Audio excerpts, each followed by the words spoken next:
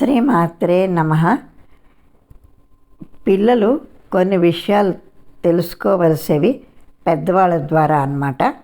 అందులో ఒకటి అష్టాదశ పీఠాల్లోని మొట్టమొదటైన శాంకరీదేవి గురించి తెలుసుకుందాం. లంకాయాం శాంకరీదేవి అంటే మునులు ఋషులు లెక్క ప్రకారం ఈ క్షేత్రం శ్రీలంకలో కాదు, భూమధ్య రేఖకు 0 డిగ్రీల వద్ద ఉండేదట ఒకప్పుడు.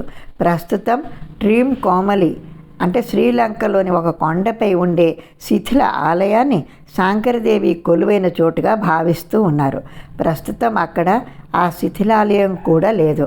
17వ శతాబ్దంలో పోర్చుగీస్ వారు దండయాత్ర చేసి ఈ గుడిని కూలగొట్టేశారని చారిత్రక ఆధారాలను బట్టి తెలుస్తోంది.